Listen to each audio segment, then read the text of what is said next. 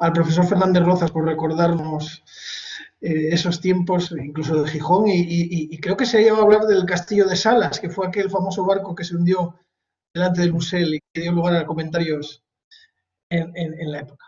Empezamos la cuarta sesión, también sobre derecho internacional privado de la persona, de la familia y de sucesiones. Lo vamos a hacer con los tiempos que tenemos estimados de ponencias unos 20-25 minutos y comunicaciones entre 5 y 7 minutos, como hemos hablado en la mesa. Tiene la palabra la profesora Pilar Jiménez Blanco, catedrática de Derecho Internacional Privado de la Universidad de Oviedo, que va a hacer su ponencia sobre el concepto de órgano jurisdiccional en los reglamentos europeos de Derecho Internacional Privado. Cuando quieras. Muchas gracias. Buenas tardes a todos, que saludo especialmente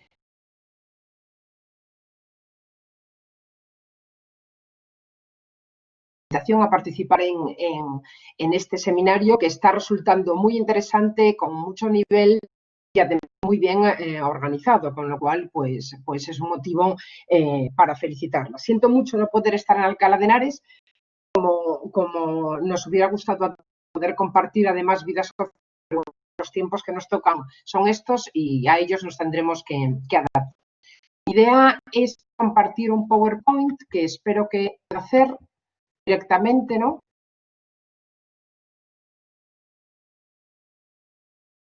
Compartir. No sé si se veía en la pantalla.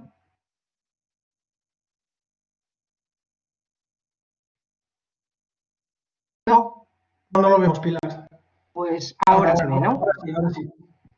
¿Se ve ahora? Sí. Sí, ahora sí, vale, perfecto. Bueno, pues como decía Ángel, el tema de esta ponencia es el concepto de órgano jurisdiccional en los reglamentos europeos de derecho internacional privado. La verdad es que, bueno, ya por el propio título desentona un poco en los colectivos y circunstancias en las que se ha venido hablando a lo largo de la jornada de hoy, ¿no? Donde se ha hablado mucho de colectivos vulnerables, de menores extranjeros, personas en situación irregular, mujeres víctimas de violencia de género. Y yo voy a hablar de jueces, de notarios, de letrados de la Administración de Justicia, etcétera, ¿no? Este es el colectivo en el que me voy a centrar en estos próximos minutos. Bien, ¿cuál es el problema? El problema es efectivamente identificar qué se entiende por órgano jurisdiccional en los diferentes reglamentos europeos de derecho internacional privado. El problema se origina en el momento en el que tenemos un contexto de descentralización o externalización de la función jurisdiccional, por decirlo de algún modo. Es decir, ya es habitual que desarrollen funciones jurisdiccionales no solo el juez o el tribunal entendido en sentido estricto, sino que intervienen otros profesionales ajenos a la Administración de Justicia, como pueden ser notarios o encargados del registro, o dentro de la propia Administración de Justicia, personas que no son directamente jueces, sino que están en la oficina judicial, ¿no? Como pueden ser los secretarios judiciales, actualmente llamados letrados de la Administración de Justicia. A partir de ahí se nos puede plantear un problema para identificar quién es órgano jurisdiccional cuando se cita como tal en cada uno de los reglamentos europeos con los que trabajamos habitualmente.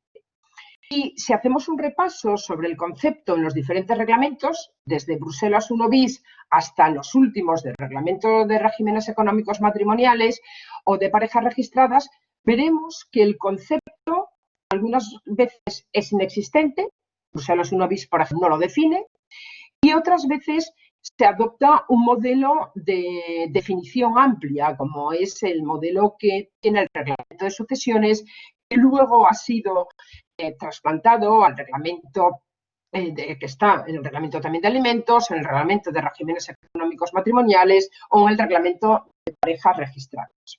Por lo tanto, tenemos una diversidad conceptual.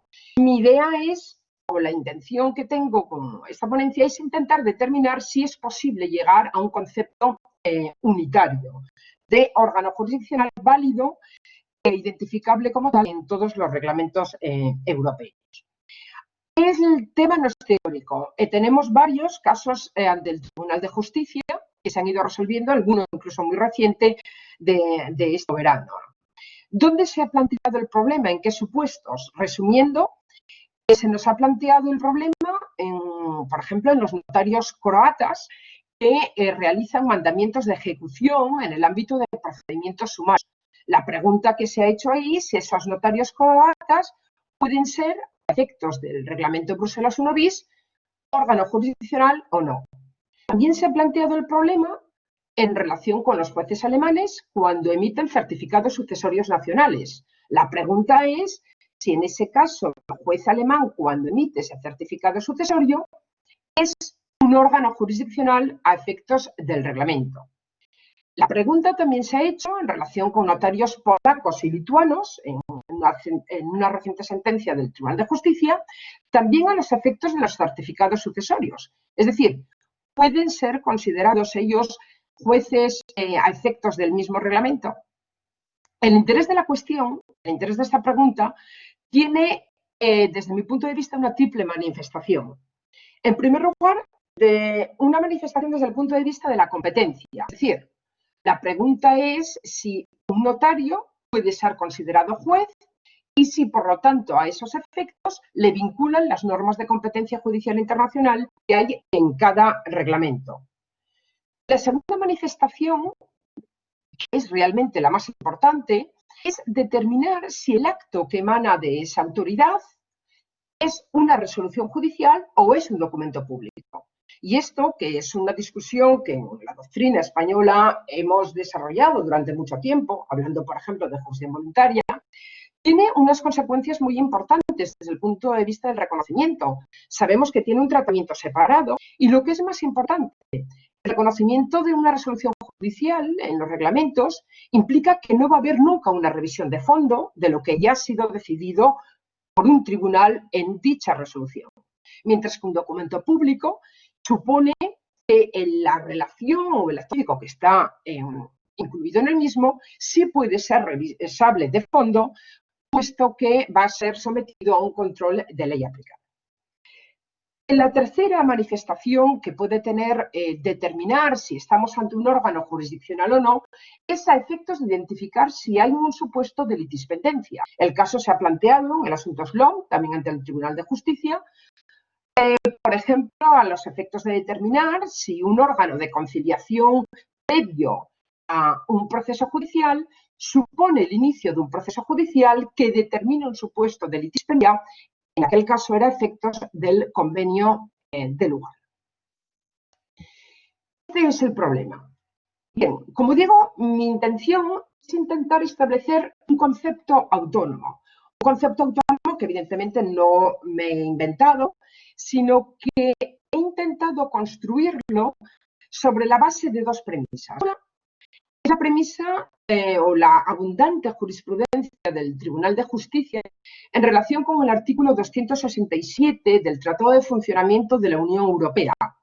¿Qué dice este artículo? Bueno, este artículo es el que se refiere a las posibilidades de que un órgano judicial de un Estado miembro plantee una cuestión prejudicial ante el Tribunal de Justicia. Pues bien, se han dado en numerosísimos casos en los que se ha preguntado al Tribunal de Justicia si órganos administrativos o órganos diferentes de diferentes Estados miembros son o no órgano judicial a efectos. Eso es, por lo tanto, en esa jurisprudencia tenemos una fuente importante para intentar buscar ese concepto autónomo de órgano jurisdiccional. Pero junto a eso tenemos otro, que es el específico nuestro de derecho internacional privado, que son los propios criterios que aparecen en los reglamentos siguiendo fundamentalmente el modelo del reglamento de sucesiones.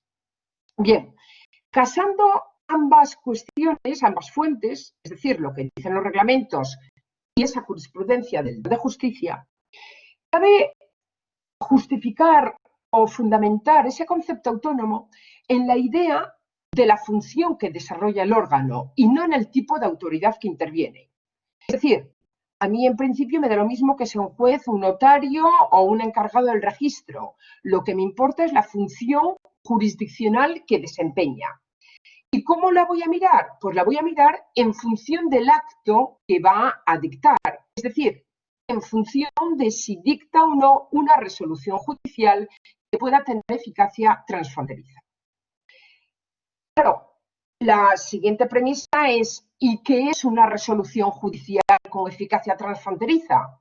Pues bien, siguiendo esas mismas pautas que decía antes, esas mismas fuentes, podemos identificar como esa resolución judicial con eficacia transfronteriza aquella que reúne las características que aparecen ahí abajo, que son, en primer lugar, implica una actividad decisora.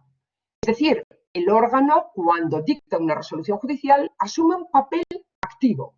No es un mero reflejo de una circunstancia de derecho, ni es un mero reflejo de una declaración de voluntad de las partes.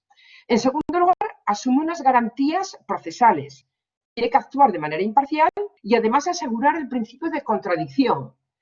Eso no quiere decir que tengan que ser siempre procedimientos contenciosos. Pueden ser también de jurisdicción voluntaria. Lo que es importante es que haya un principio de audiencia a todas las partes interesadas en el proceso. No nos olvidemos que estamos intentando asegurar el reconocimiento mutuo de esa resolución que se vaya a dictar.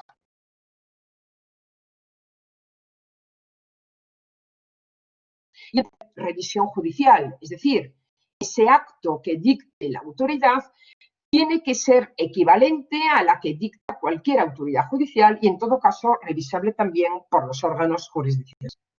Pues bien, si el acto que se dicta cumple con esos parámetros, el órgano que lo dicta podemos calificarlo como verdadero órgano jurisdiccional. Es decir, vamos a hacer una calificación funcional, no una calificación orgánica, sino en función, valga la redundancia, de la actividad que desarrolla. Y en función de eso se aplicarán las reglas de competencia judicial internacional. Para simplificar, si un notario podemos decir que dicta en un caso concreto una resolución judicial, ese notario, a los efectos del reglamento, es un órgano jurisdiccional y, por lo tanto, está vinculado por las normas de competencia judicial internacional de ese reglamento. Las consecuencias desde el punto de vista negativo, es decir, no hay una verdadera función jurisdiccional cuando nos encontramos con documentos públicos, puesto que falta esa actividad decisora. Por lo tanto, el documento público, como mucho, tendrá una eficacia probatoria y la eficacia de lo que esté contenido en el documento tendrá que ser sometido a una revisión de fondo. Y tampoco tenemos una función jurisdiccional en el sentido del reglamento cuando se dictan resoluciones inaudita parte, es decir, cuando no hay una audiencia y no se asegura el principio de bilateralidad, en los propios reglamentos no puede haber una eficacia transfronteriza, porque falta el principio de contradicción y por lo tanto no se podrán reconocer. En esos casos no hay, por lo tanto, vinculación con las reglas de competencia que establecen los respectivos reglados. Pero el siguiente paso es determinar cómo sé yo los parámetros cuando una autoridad o un órgano jurisdiccional. Tenemos tres vías posibles, o hay tres vías que son las que vienen funcionando hasta el momento, por lo menos las dos primeras. Es normal y ya viene siendo habitual desde el reglamento de sucesiones que los estados asumen la obligación de comunicar un listado con los órganos que desde su punto de vista cumplen la función de órgano jurisdiccional y por lo tanto remiten ese listado a la comisión y se incluye en el portal europeo correspondiente. Hago ya una salvedad, esos listados no son vinculantes, es decir, puede haber profesionales que estén incluidos ahí que no son órgano jurisdiccional a pesar de estar incluidos. Y a la inversa, puede haber órganos que no están incluidos en el listado y que sí tienen esa función. Un segundo elemento, una segunda vía, es que las propias autoridades de origen y en toda la jurisprudencia del Tribunal de Justicia que se ha dado en los últimos años ha venido por esta vía, se plantea de oficio ante el Tribunal de Justicia, ellos mismos se plantean la pregunta de si sus notarios o sus profesionales cumplen la función de órgano jurisdiccional o no. Y son ellos mismos los que elevan esa cuestión y ha sido el Tribunal de Justicia el que viene desarrollando la jurisprudencia en ese sentido. Y por último está la posibilidad de que el Estado requerido, ante el que se pide la eficacia de un determinado acto, él mismo pueda fiscalizar si eso es resolución o si eso es documento público. Es decir, que pueda fiscalizar si proviene de un órgano jurisdiccional o no. Pero ese quizá es el elemento que más dudas puede plantear, porque podríamos estar rayando la desconfianza mutua. Las manifestaciones de todo lo que digo en el ámbito de los reglamentos se pueden ver de la siguiente manera. En el ámbito patrimonial. En el ámbito patrimonial, Bruselas 1 bis no define lo que es órgano jurisdiccional. Solo nos dice que, aparte de tribunales, son órgano jurisdiccional los secretarios judiciales cuando liquidan costas y los notarios húngaros y suecos en los procedimientos de requerimientos de pago. Y nada más. La pregunta es, ¿y no es posible extender la categoría órgano jurisdiccional a otros supuestos? Mi respuesta es que sí es posible. Es decir, esa mención expresa que hace Bruselas 1 bis no es exhaustiva. Se ha planteado el problema directamente en los asuntos Sulfa, Karsic y Pula-Pargin en relación con los notarios croatas, que hacen una función parecida a los notarios húngaros, también en relación con procedimientos sumarios de requerimiento de pago. Ahí el Tribunal de Justicia ha entendido que no son órgano jurisdiccional. ¿Por qué motivo?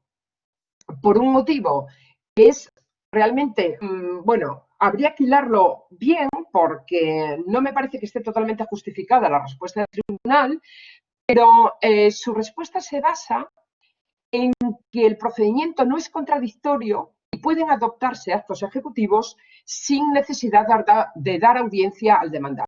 Al faltar uno de los principios esenciales del concepto de resolución, no habiendo resolución, no hay órgano jurisdiccional. Volvemos a lo que antes decíamos, si no hay resolución, no hay órgano jurisdiccional, por lo tanto, los notarios croatas no son órgano jurisdiccional a los efectos de Bruselas 1 bis. Desde el punto de vista del derecho español, sí considero que podrían considerarse órganos jurisdiccionales los letrados de la Administración de Justicia en los procedimientos monitorios nacionales. ¿Por qué?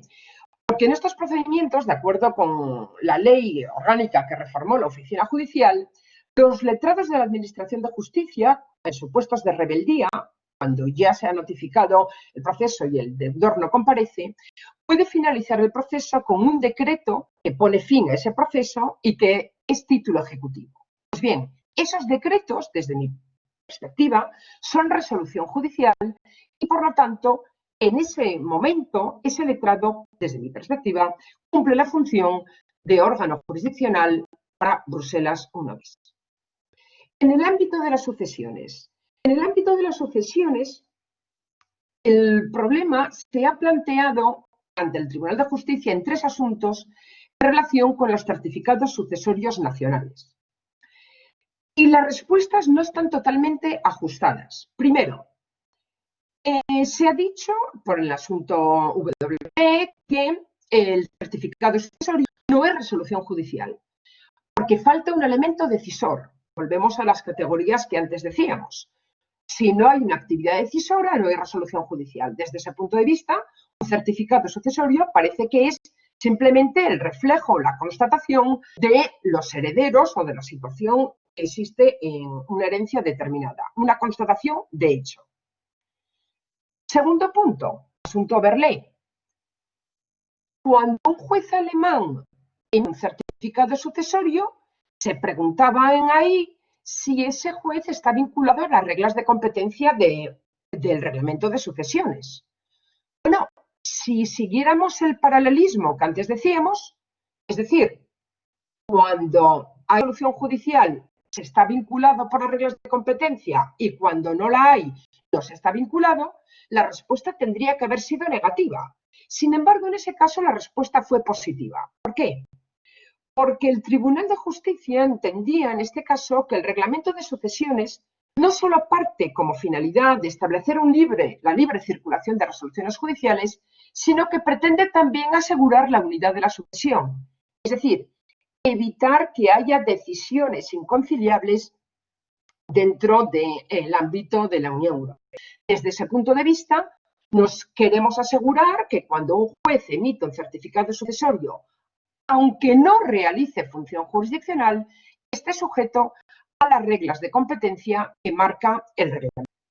Y llegamos al tercer caso, el asunto EE, que se resolvió mediante una sentencia este mismo verano, donde se preguntaba si un notario lituano que emite un certificado sucesorio está vinculado a las reglas de competencia. Si siguiéramos el criterio de la unidad de la sucesión que se puso de manifiesto en el asunto Berlé, la respuesta tendría que haber sido afirmativa. Sin embargo, aquí el Tribunal de Justicia no remata. Hace amagos, pero no remata. Simplemente dice que si desde la perspectiva lituana el notario puede ser considerado un juez, entonces entenderemos que hace función jurisdiccional, incluso cuando emite un certificado sucesorio. Lo que no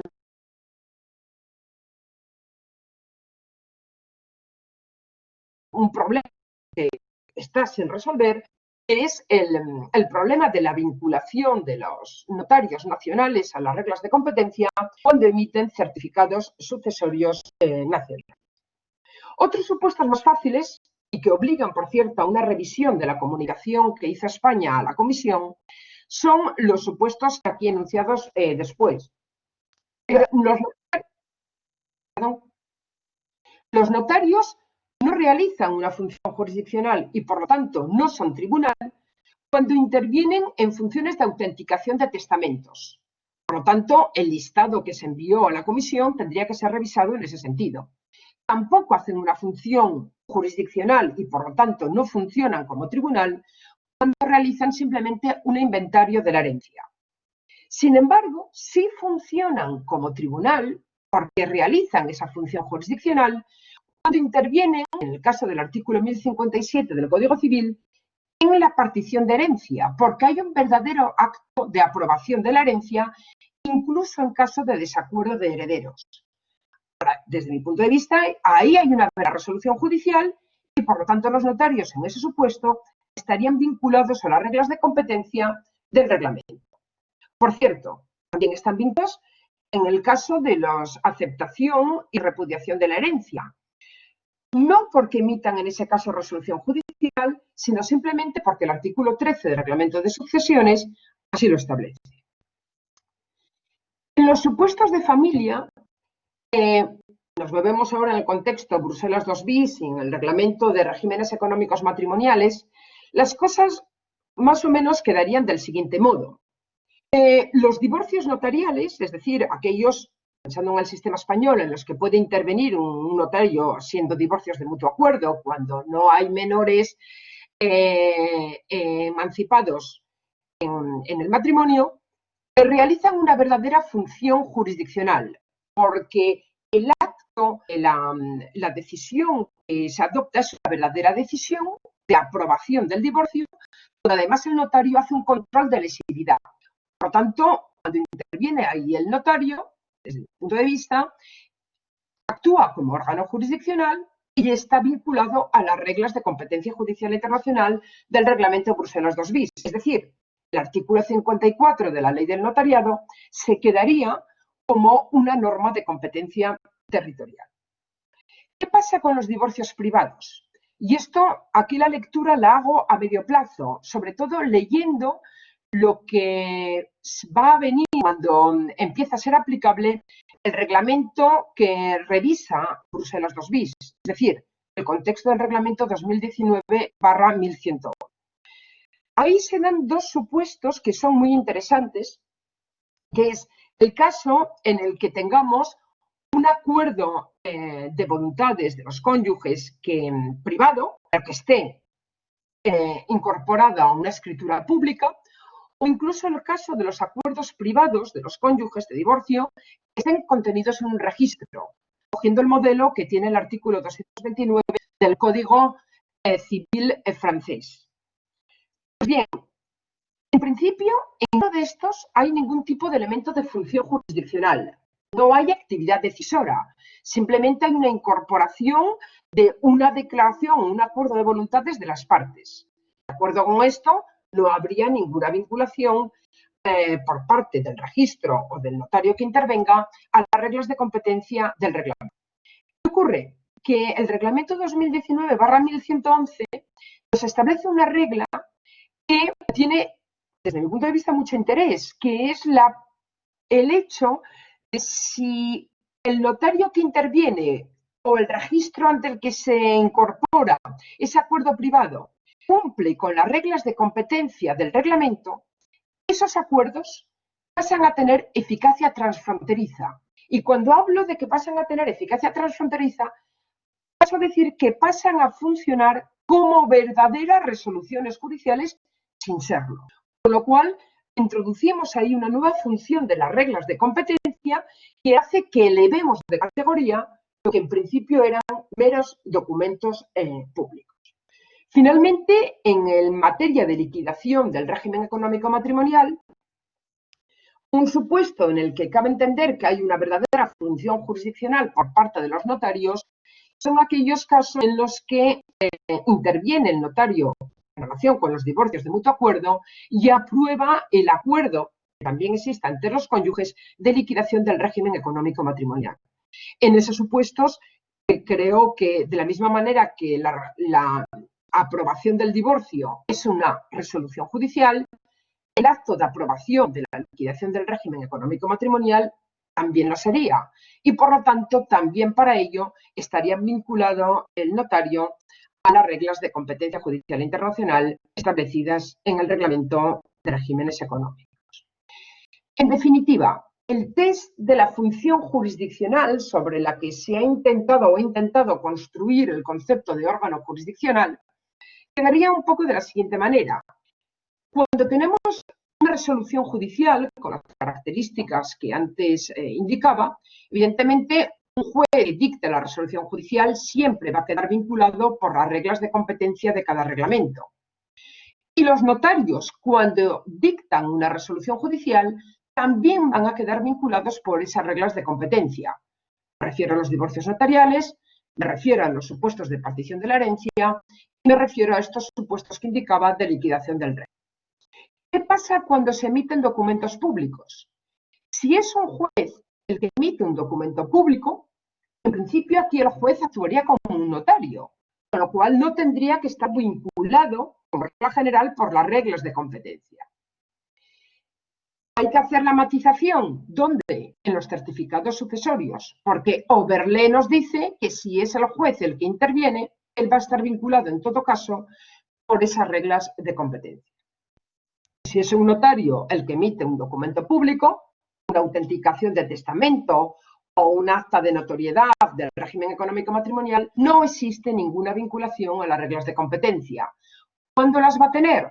Aparte de los supuestos específicos que marca el reglamento de sucesiones, cuando, por ejemplo, incorpore ese acuerdo de divorcio al que me refería con el reglamento revisado de Bruselas 2 bis.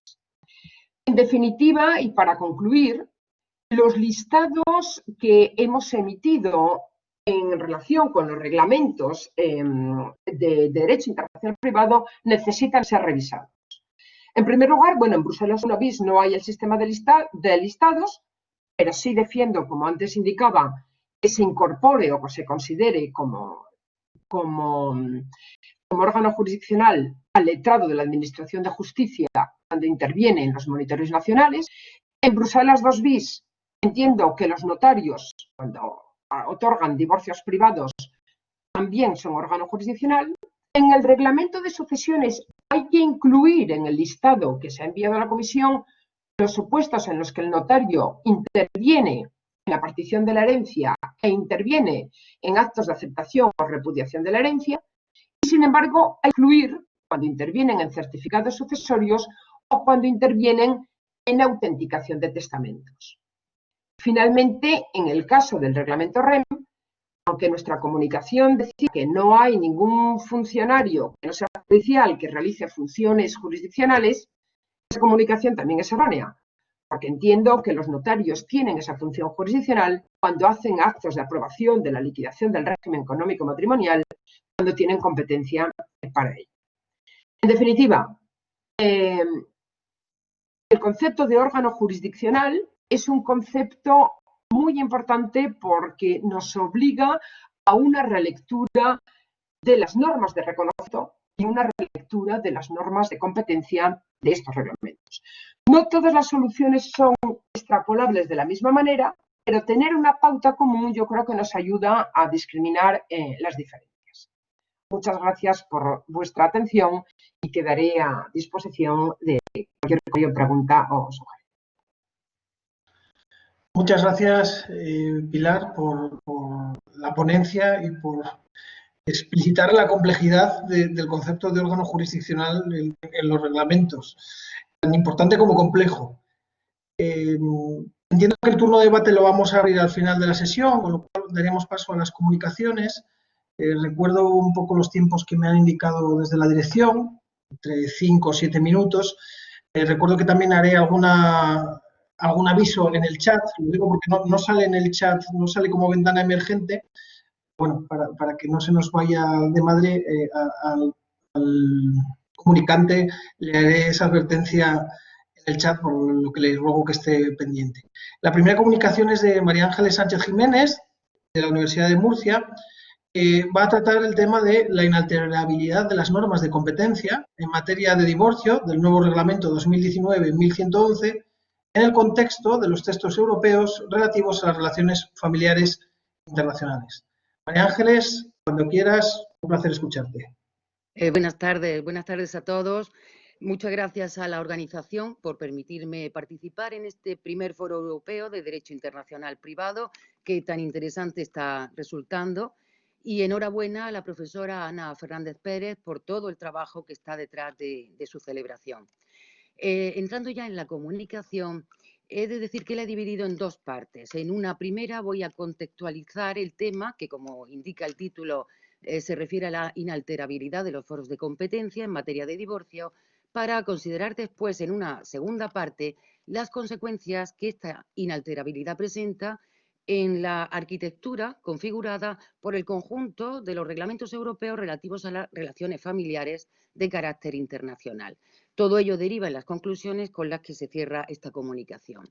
Entrando en la primera parte, bueno, al utilizar esta expresión relativa a la inalterabilidad de los foros de competencia en materia de divorcio, lo que pretendo es enfatizar la idea de que estos foros, ahora recogidos en el nuevo reglamento 2019-1111 o reglamento Bruselas II-TER, no han variado desde su origen, que como es bien sabido se encuentran en el convenio Bruselas II de 1998, en el cual, como indica el informe Borràs, su articulación fue el resultado del único acuerdo al que se pudo llegar en el momento de su elaboración.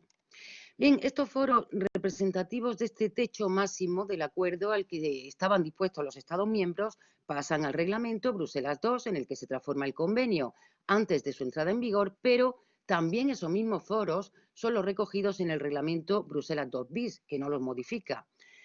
Puede entenderse que, considerando el corto espacio temporal transcurrido desde el Bruselas II al Bruselas II bis, puede explicarse que este techo máximo del acuerdo permaneciera inalterable, motivo también de la invariabilidad de los foros. Pero este argumento no permite justificar esa misma continuidad si se considera la evolución posterior que muestra el conjunto de reglamentos europeos relativos a las relaciones familiares de carácter internacional que son aprobados en el espacio temporal que va del reglamento Bruselas II bis al Bruselas II ter.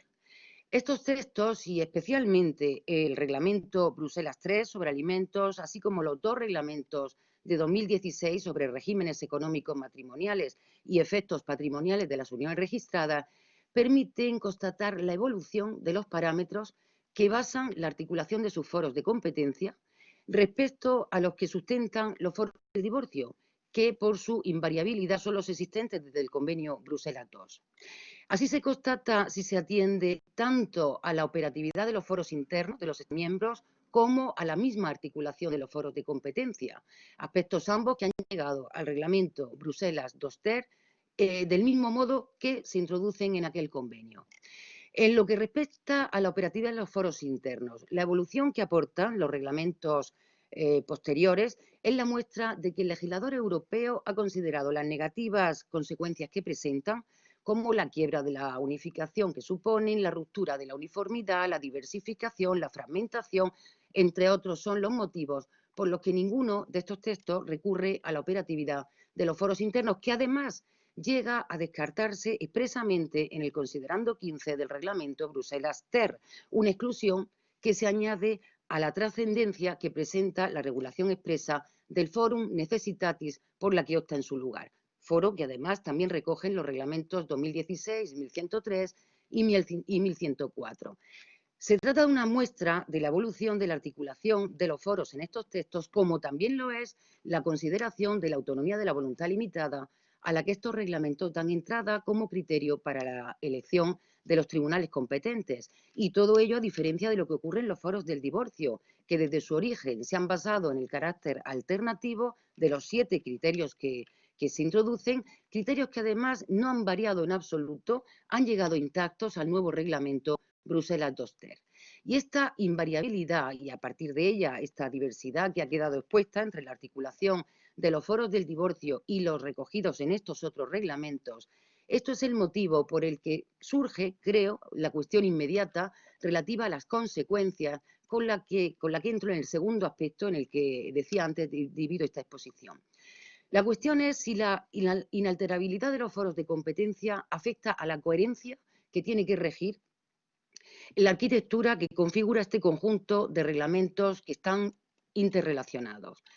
Pues creo que en efecto de lo que hasta ahora ha quedado señalado sí que cabe constatar que queda afectada la ausencia de simetría o de coherencia entre estos textos, en cuanto que es difícil comprender la operatividad de los foros internos para la determinación de los tribunales del divorcio frente al rechazo que se constata en los reglamentos posteriores.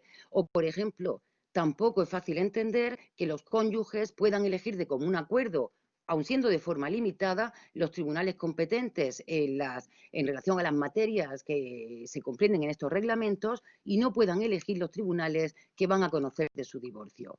Bien, esta falta de simetría tiene una negativa repercusión en la coordinación que tiene que regir la operatividad conjunta de estos reglamentos como consecuencia de su interrelación, la cual se aprecia especialmente en los casos de las acciones vinculadas. En estos casos, el objetivo de la dispersión jurisdiccional del pleito motiva la puesta en marcha del mecanismo para permitir que las autoridades del Estado miembro, cuyos tribunales son competentes para el divorcio, puedan también conocer de la acción vinculada.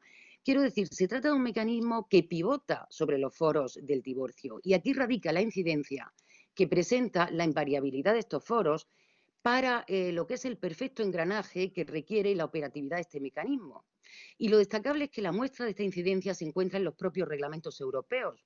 En este sentido es esencial el reglamento 2016-1103 relativo a los regímenes económicos matrimoniales y en particular su artículo 5, que con el objeto de evitar la dispersión del pleito en los casos en que la acción relativa al régimen matrimonial sea consecuencia de un divorcio, introduce una solución distinta sobre la base de la diferenciación de 2 grupos entre los foros relativos al divorcio.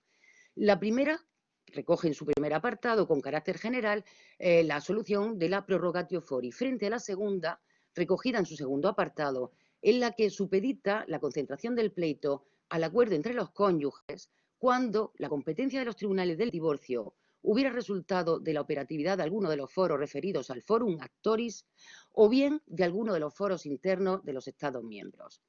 Bueno, este acuerdo con el que se introduce el control sobre la elección de los tribunales del divorcio está reflejando que el legislador europeo considera, entiende, que los foros del divorcio comprendidos en este segundo apartado no pueden tener el mismo tratamiento que el resto.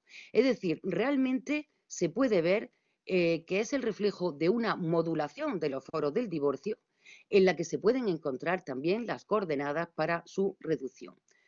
Llegados a este punto, y con lo que aún de forma muy sistemática he podido reflejar, creo que se pueden entender justificadas las expectativas depositadas en la revisión de estos foros. Unas expectativas que, sin embargo, por ahora no han tenido respuesta. Y este escenario es el que me lleva a concluir señalando que es necesario ya un giro en el planteamiento de las cuestiones, que exige modificar el cuándo por el cómo. Estoy ya en el momento de las conclusiones. Creo que no se trata de depositar nuevas expectativas en el cuándo. La cuestión no puede continuar siendo el momento en que las normas relativas a las cuestiones matrimoniales podrán ser objeto de la esperada revisión, sino que es preciso un cambio de perspectiva que lleva a plantear el cómo se ha de gestionar. Creo que se trata de abrir un nuevo camino que, sobre la base de que ninguno de los reglamentos europeos regula dos materias distintas, lleva a considerar la necesidad de elaborar un texto independiente específicamente referido a la reglamentación de la materia relativa a las cuestiones matrimoniales. La consideración de los aspectos y de los problemas específicos que en esta materia se plantean. La articulación de la vía de solución que especialmente requieren, y así como la agilización que presidiría la modificación de los preceptos necesarios serían sus resultados. En este sentido, termino señalando, como ha reflejado el profesor Alegría Borrás, que se ha de valorar de forma positiva el cambio de rumbo que se ha planteado por el GEDIP al concluir en 2019, el mismo año que se aprueba el reglamento Bruselas II, una propuesta de reglamento relativo a la competencia, ley aplicable, reconocimiento y ejecución de decisiones y cooperación en materia de divorcio. Sin entrar en su contenido, lo cierto es que creo que se trata de la vía que puede permitir que la reglamentación de la materia relativa a las cuestiones matrimoniales tenga el desarrollo que verdaderamente merece. Y con esto termino agradeciendo la atención prestada y quedo a su disposición para las cuestiones que posteriormente se puedan plantear. Muchas gracias. Muchas gracias, María Ángeles, por la intervención en torno a la inalterabilidad de los foros de competencia en Bruselas II. A continuación corresponde la comunicación de Jorge Erazo, investigador del Departamento de Derecho Internacional Privado de la Universidad de Barcelona, que va a analizar el desarrollo actual de la conexión residencia habitual del cedente para los efectos frente a terceros, propiedad y prioridad en la cesión de créditos. Jorge, gracias por la palabra. Gracias por cederme la palabra, profesor Ángel Espinela. No sé si se me escucha. Yo creo que se te escucha, pero no se te ve, pero se escucha perfectamente, con lo cual sería suficiente. Vale, voy a intentar poner... Vale.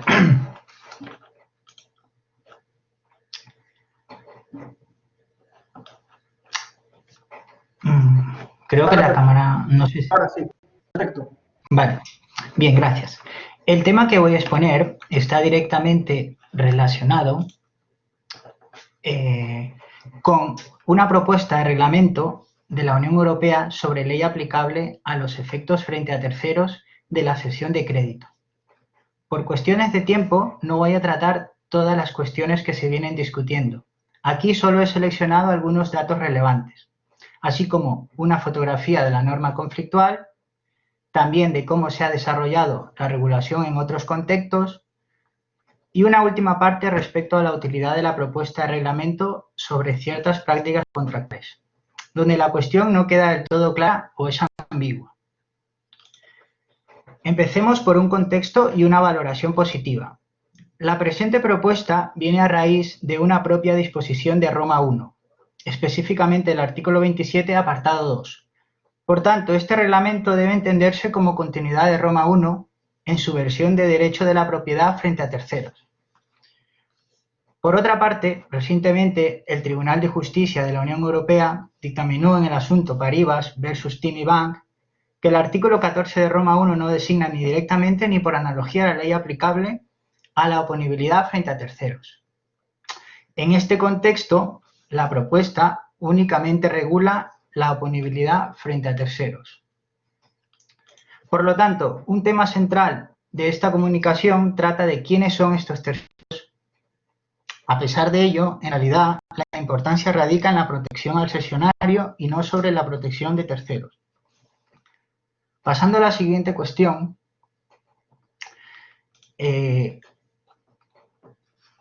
un segundo. Pasando a la siguiente cuestión, en general, la literatura, como los operadores, coinciden en una valoración positiva por los motivos de unidad de regulación de la transacción cesión de créditos, es decir, una coherencia global de soluciones como segundo punto, especialmente con el convenio de 2001 de Nueva York de cesión de créditos, especialmente con el sistema del UFC de los Estados Unidos.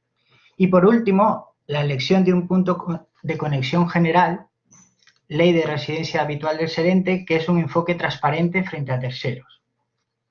Bien, puesto ya en la parte central de mi exposición, veamos una fotografía de la norma conflictual y sus distintos apartados. Como se puede observar, esta norma contiene hasta 5 conexiones, cada una con una proyección distinta. La primera y más importante, ya que comprende la mayoría de transacciones donde se involucra una transacción voluntaria de cesión de créditos, es la conexión general, donde gobierna la ley de residencia habitual del cedente, en esta que está en la primera parte. La segunda y la quinta, de color azul, denominadas por la literatura normas de superconflicto, en realidad lo que regulan son situaciones subsidiarias. Por eso también pueden ser llamadas normas subsidiarias. Aquí la solución elegida por la comisión es la regla primero en el tiempo, aunque el camino esté lleno de dificultades y el resultado ambiguo.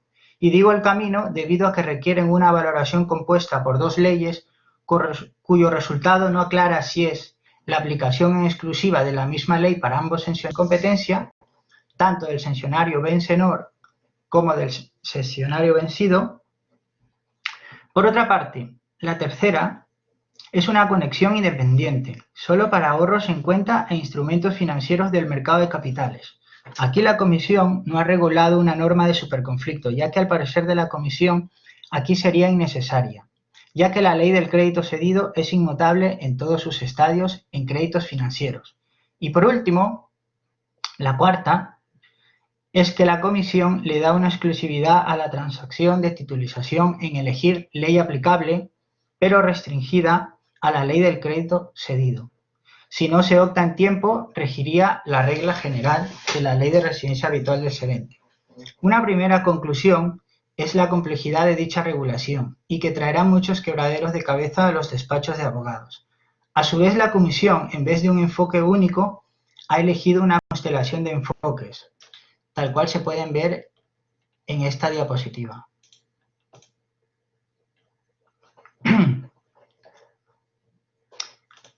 Retomando la idea inicial de coherencia global de soluciones, podemos observar en este recuadro las principales diferencias en cada modelo de regulación.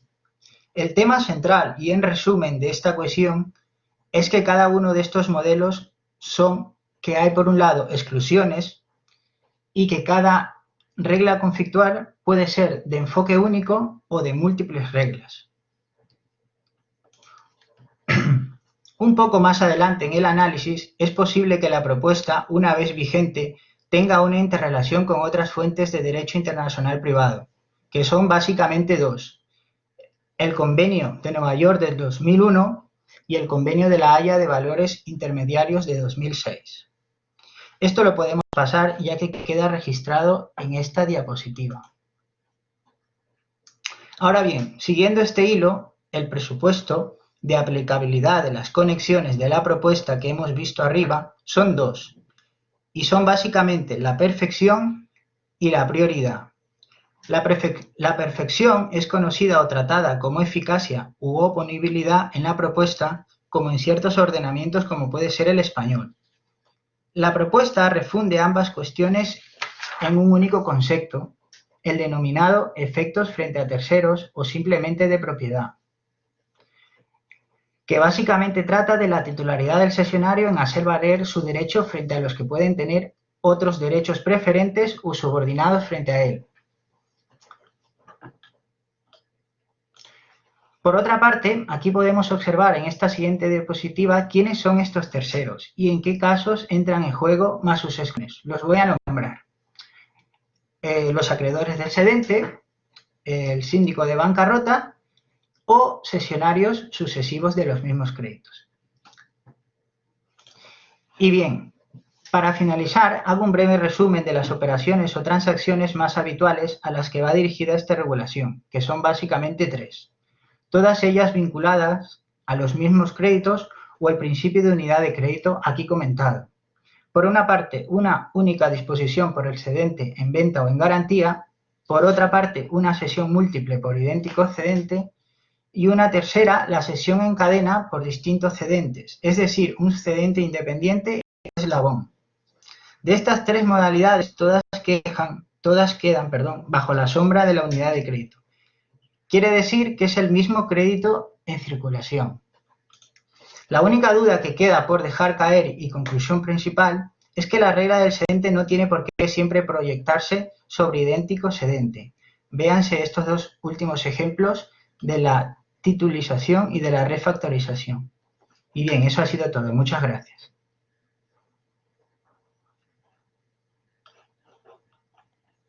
Muchas gracias, Jorge Erazo, por ajustarse también al tiempo y por explicarnos una operación tan compleja como la cesión de créditos y la conexión residencia habitual en este ámbito.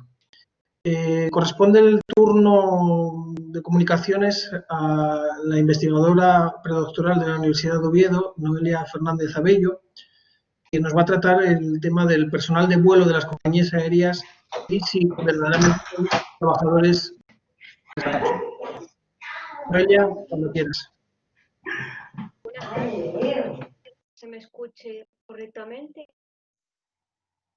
En primer lugar, agradecer que se me haya permitido participar en este foro y felicitar tanto a organizadores como a las personas que han intervenido previamente. El objeto de esta comunicación es el desplazamiento temporal de los trabajadores, personal de vuelo de las aerolíneas y su distinción de otras situaciones que pueden considerarse desplazamientos ficticios. El interés y la actualidad de este tema se incrementan si se tiene en cuenta la sentencia de 19 de diciembre de 2019, en la que el Tribunal de Justicia de la Unión Europea se ha pronunciado, aunque tangencialmente, sobre la aplicación de la Directiva de Desplazamiento a los trabajadores de los distintos sectores del transporte internacional. Y, en principio, se les ha excluido de su ámbito de aplicación. Será necesario conocer la evolución futura de la cuestión. Sin embargo, hasta ahora, estos trabajadores podían ser desplazados, se les ha venido aplicando en ocasiones la directiva y, además, es posible identificar algunos supuestos, algunas situaciones de las que la directiva resulta al menos potencialmente aplicable. En este sentido, se han identificado 3 situaciones en las que puede producirse una modificación temporal del lugar de trabajo habitual de estos trabajadores. La primera situación es la de los trabajadores cuya base de operaciones se encuentra en un determinado estado, pero cuyos contratos se rigen por la ley de otro país. La segunda situación es la de los trabajadores contratados por medio de empresas de trabajo temporal. Y la tercera, la de los trabajadores cuya base de operaciones es modificada. Respecto a la primera situación, es el caso paradigmático de los trabajadores de la aerolínea Ryanair. Estos trabajadores son contratados en o desde el lugar donde se encuentra la sede social de la aerolínea, en este caso Irlanda, que coincide con la nacionalidad de la aeronave a bordo de la cual prestarán servicios y que es diferente en todo caso del estado en el que se encuentra la base que les es posteriormente asignada. Además, se pretende que a sus contratos de trabajo les resulte aplicable la legislación irlandesa mediante la introducción de cláusulas en sus respectivos contratos de trabajo. Esta situación, en principio, puede asimilarse en cierta medida a un desplazamiento de trabajadores, en el sentido de que estos trabajadores son contratados desde un estado y posteriormente prestan servicios en el territorio de otro país. Sin embargo, no se produce una variación del lugar de prestación habitual de servicios. No existe ánimo de retorno a ningún lugar y la vinculación del país de contratación con el contrato de trabajo es meramente formal durante toda la extensión del contrato. Por ello, aunque se trate de crear una apariencia de habitualidad, en lo que se puede llamar un estado de origen ficticio, no se dan los requisitos y las características definitorias y esenciales de un desplazamiento, y por eso en esta situación podemos hablar de un desplazamiento ficticio. La segunda situación es la de los trabajadores contratados por medio de empresas de trabajo temporal. Al esquema contractual descrito, en ocasiones habitualmente se suma otro factor, que es la contratación por medio de empresas de trabajo temporal. En el caso de los trabajadores de Ryanair, también son empresas de trabajo temporal de nacionalidad irlandesa. Con ello puede tratarse de crear una apariencia de mayor vinculación con Irlanda y en principio parecen incrementarse las posibilidades de que se produzca un desplazamiento de trabajadores, porque este supuesto de desplazamiento reviste ciertas particularidades. Parece admitirse que el contrato de trabajo y desplazamiento lleguen a tener la misma duración. Es decir, el desplazamiento sea en alguna medida la causa del contrato de trabajo. Sin embargo, la habitualidad previa y posterior en el estado de origen es un requisito definitorio de la situación de desplazamiento. Y por ello, en este sentido, deberían ser tenidas en cuenta algunas circunstancias, como el lugar desde el cual se llevan a cabo los procesos de selección y reclutamiento, y fundamentalmente también el estado en el que se formaliza el contrato de trabajo. Además, y por otro lado, el régimen jurídico de las compañías que actúan como intermediarias para las aerolíneas en torno a la selección y la contratación de los trabajadores, este régimen jurídico es confuso y un poco desconocido, por las funciones muy variadas y amplias en torno a la contratación y la selección de los trabajadores, y por su vinculación con las compañías aéreas. En ocasiones puede llegar a plantearse su pertenencia al grupo de empresas de la aerolínea. Por estos motivos, puede que en ocasiones no encajen en la noción de empresa de trabajo temporal de las distintas legislaciones nacionales y de la Directiva de Empresas de Trabajo Temporal. La tercera situación es la modificación de la base de operaciones asignada al trabajador. En principio, una comprensión invertida de la base de operaciones como lugar de trabajo habitual permitiría identificar un desplazamiento cuando la base de operaciones asignada al trabajador sea modificada.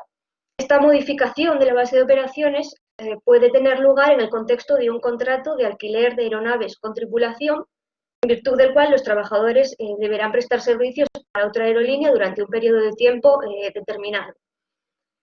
En esta situación sería posible identificar un desplazamiento de trabajadores cuando el trabajador sea destinado durante un periodo de tiempo limitado al territorio de otro Estado miembro, a una base de operaciones ubicada en otro Estado miembro. Es posible identificar un estado de origen en el que se encuentra la primera base a la que debe retornar el trabajador y un estado de destino en el que se encuentra la base a la que es destinada temporalmente el trabajador. Pero para ello sería necesario partir de un reconocimiento de la base de operaciones como lugar de trabajo habitual, lo cual actualmente no ocurre, ya que, como sabemos, la base de operaciones es únicamente un indicio significativo para la determinación de este lugar. Para concluir, mientras no exista una solución incontrovertida respecto a cuál es el lugar de trabajo habitual de estos trabajadores, tampoco podrá conocerse con seguridad determinarse en qué supuestos estos trabajadores se encuentran desplazados. Excluida, por otro lado, y en definitiva, excluida la vocación de temporalidad y el ánimo de retorno al estado de origen, incluso la existencia misma de un estado de origen, no cabría hablar en ningún caso de desplazamiento, y la ley aplicable al contrato de trabajo de estos trabajadores debería determinarse únicamente conforme al artículo 8 del Reglamento Roma I. Muchas gracias.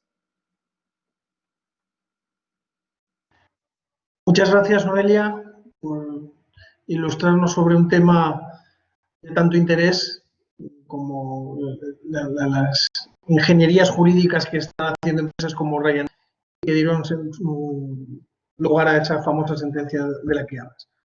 Tiene la palabra ahora Nerea Magallón Elósegui, de la Universidad del País Vasco.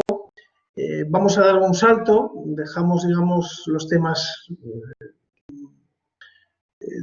laboral y previamente de patrimonial para hablar de la ley aplicable a la disposición testamentaria en el Reglamento Europeo de Sucesiones, un dépêchage susceptible de dificultades prácticas.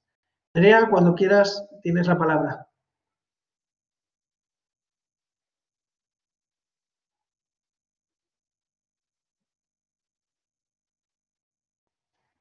Nerea, ¿nos escuchas?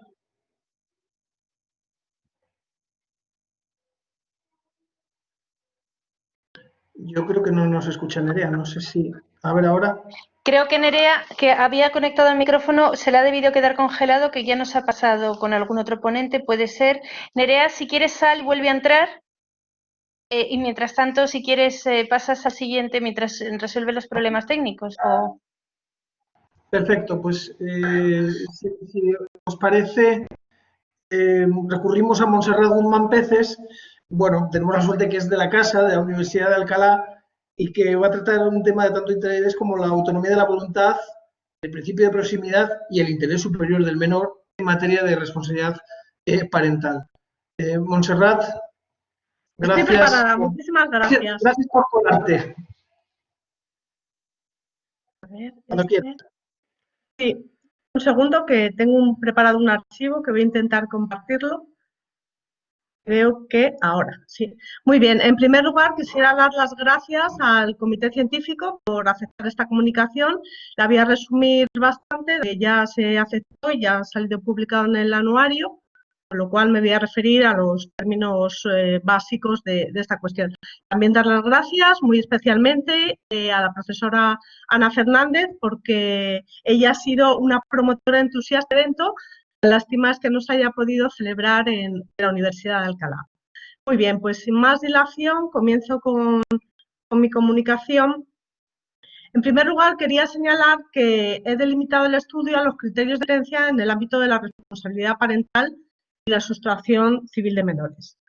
En el reglamento Bruselas II, o sea, el 1111 del 2019, que entrará en vigor en su totalidad en agosto del 2022, se mantiene, por ejemplo, la calificación de responsabilidad parental, pero se concreta mucho más el término de titular de la responsabilidad parental, puesto que este derecho puede ostentarle cualquier persona, institución o organismo que tenga atribuida la responsabilidad parental sobre un menor. Aunque la estructura y los tipos de foros en el reglamento Bruselas II puede parecer muy similar a su antecesor, se contemplan cambios sustanciales desde mi punto de vista y bastantes mejoras técnicas. Con carácter general, la competencia se atribuye en torno al lugar de residencia habitual del menor, utilizándose aquí el principio de proximidad, en el momento en el que se presenta el asunto. A partir de aquí, cobra especial protagonismo la autonomía de la voluntad de las partes en la elección de foro, tanto en el ámbito de la responsabilidad parental como de la sustracción o retención ilícita. Las partes pueden elegir el órgano jurisdiccional de un Estado miembro en determinadas circunstancias y dicha elección se configura con carácter exclusivo. También se plantea, igual que en el reglamento Bruselas II bis, una prorogatio fori a favor de los órganos jurisdiccionales de otro Estado miembro mejor situado, siempre que exista una vinculación especial, concepto jurídico que el propio instrumento concreta y además fue objeto de una interpretación por parte del Tribunal de Justicia y que ha sido objeto de diferentes trabajos por parte de la doctrina, por señalar algunos, de Beatriz Campuzano, del mismo Santiago. En segundo lugar, también se contemplan en este reglamento supuestos específicos que también se contemplaban en el anterior reglamento, el reglamento Bruselas II. Y el foro de la residencia habitual, pues tampoco se avanza en una calificación autónoma sobre este concepto y en relación a esta competencia hay que tener en cuenta dos consideraciones, que esto sí que entiendo que es novedoso en este reglamento. La primera, que el menor no adquiere una nueva residencia si no es de acuerdo a lo establecido en la ley. En particular, siempre que el traslado no se califique como ilícito. El nuevo reglamento lo define. Y por otro lado, esta previsión se configura de manera excepcional, supeditada a que el titular del derecho de visita no acepte la competencia de los órganos jurisdiccionales de la nueva residencia habitual del menor y sometida a un plazo de caducidad. Pues bien, pero la principal novedad de este reglamento es la autonomía de la voluntad. Es la regla general del foro de la residencia habitual si los titulares de la responsabilidad parental y las partes en el proceso convienen que sea otro órgano jurisdiccional de un Estado miembro el que pueda conocer del asunto, pero siempre en los términos preceptuados en el artículo 10 del reglamento. Sobre esta cuestión querría hacer dos consideraciones. La primera se refiere a la inclusión de la elección de foro cuando el menor ha sido sustraído o retenido ilícitamente. Puedo adelantarles que me parece muy positiva esta solución, aunque me plantea ciertas dudas, sobre todo respecto de su funcionalidad, dado que en este ámbito el principal problema, sobre todo en el ámbito de la sustracción, es la localización del menor y la falta de acuerdo entre los titulares de la responsabilidad parental. No obstante, bienvenidos sean en este ámbito los acuerdos. Además, también está previsto que las partes en cualquier momento del procedimiento puedan acudir a la mediación como fórmula alternativa a la resolución de litigios. Artículo 25. Y el principio de interés superior del menor, al que me referiré más adelante, actúa como criterio modulador para avanzar o bien en la vía de la mediación o continuar con el procedimiento contencioso. El reglamento, la principal novedad, como decía, es que concreta la elección de foro en la línea de los reglamentos de última generación y se introduce la posibilidad de que las partes en un procedimiento sobre responsabilidad parental atribuyan la competencia a los órganos jurisdiccionales de un Estado miembro distinto del de la residencia habitual, siempre que se cumplan una serie de requisitos. Se exige que sea un foro estrechamente vinculado con el menor. Muy bien, lo he visto, gracias. Configurándose como un concepto jurídico indeterminado. No obstante, el reglamento no lo plantea como un numerus clausus. Se da esta circunstancia o bien cuando al menos algún titular de la responsabilidad parental tenga su residencia habitual en dicho Estado miembro o en el radique la antigua residencia habitual del menor o el menor sea nacional de dicho Estado miembro.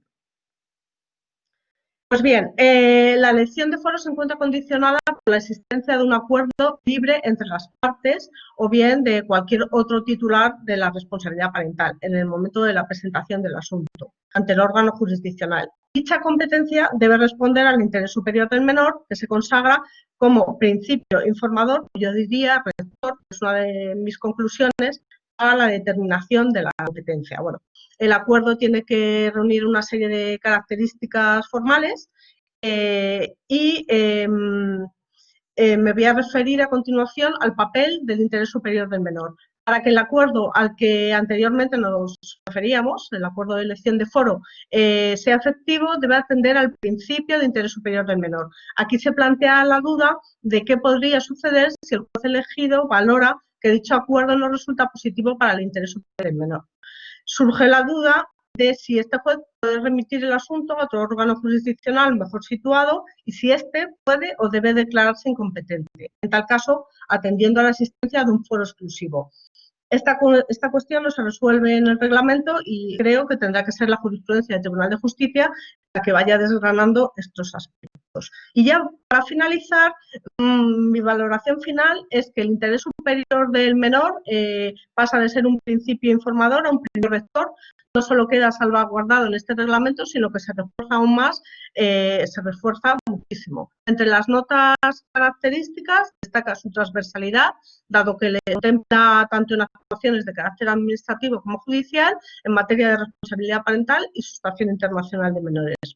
Y dependiendo del caso concreto, puede impedir el funcionamiento de la autonomía de la voluntad de las partes en la elección de foro, si el órgano jurisdiccional considera que el foro resultante de la elección se opone al citado principio. Y también, como no podría ser de otro modo, puede constituir un límite para acudir a la mediación.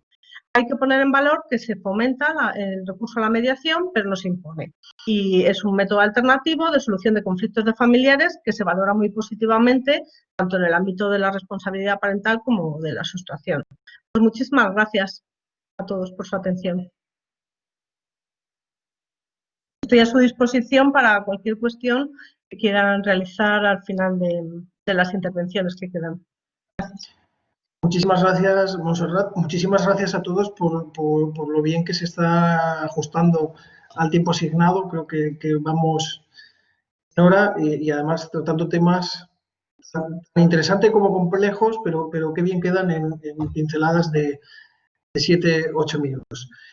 Intentamos recuperar a Nerea, la que ya habían presentado con su tema. Esta vez saltábamos al Reglamento Europeo de Sucesiones, aunque ya nos había aparecido alguna mención en la ponencia de Pilar Jiménez. Nerea, cuando quieras, lo intentamos.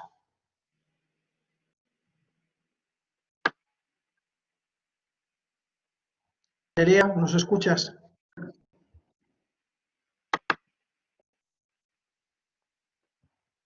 Nerea, quizá es mejor que salgas y vuelvas a entrar otra vez. Esperamos mientras tanto. Vale.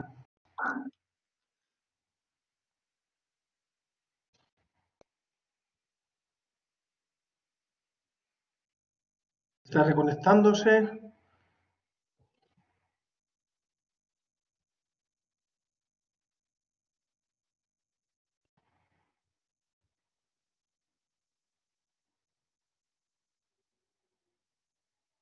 Nerea.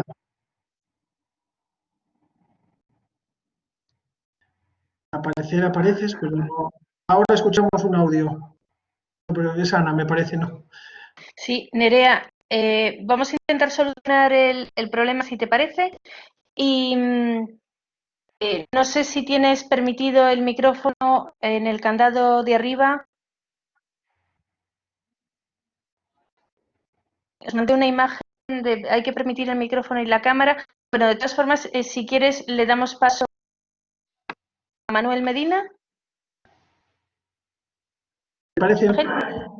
Sí, perfecto. Entonces pasaríamos, en su caso, a don Manuel Medina, profesor emérito de Derecho Internacional Público y Relaciones Internacionales, con un maravilloso título de Consonancias y disonancias en el Derecho Europeo de Sucesiones. Sí que nos quedamos en este título. Don Manuel, cuando quiera. A ver, Manuel va a hablar desde mi teléfono, así que quiero que se oiga bien.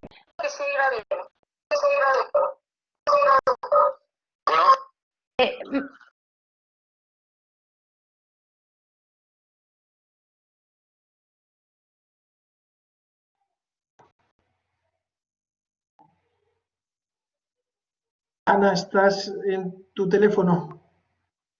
A ver. A ver, ¿me oís? A ti te oímos perfectamente. Vale, no consigue bajar el sonido del ordenador y entonces desde el teléfono se oye... un momento.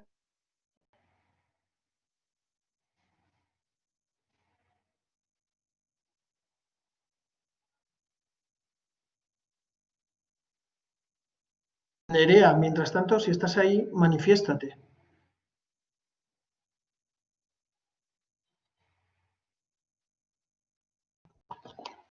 A ver quién tenemos A intentando ver, entrar. ¿ahora está mejor? Venga, a ver. No, se me ¿probamos? sigue oyendo desde ahí. Hay que separarse del ordenador. Más, no, váyase a otra habitación, no pasa nada. A otra habitación. Vale, a ver si ahora puede ser. Perfecto. Hola, ¿oís a...? A ver. Hola. Yo creo que es un sonido. Don Manuel, cuando quiera. Adelante. Cuando quieras. Me han mandado 10 minutos a hablar de un tema que lo llamo consonancias y disonancias en el derecho europeo de sucesiones. Cuando salió el reglamento de sucesiones del 650-2012, fue como una especie de gran realización. Hasta entonces, pues, se había pensado que la forma de unificar el derecho privado era por vía indirecto, procedimental y conflictual. En el reglamento de sucesiones se establece una cosa nueva, que es el certificado europeo de sucesión, el certificado de sucesión europeo, que es un instrumento de derecho material, que supone la creación de un instrumento jurídico para que produce efectos materiales y que sustituye a otros documentos de carácter interno.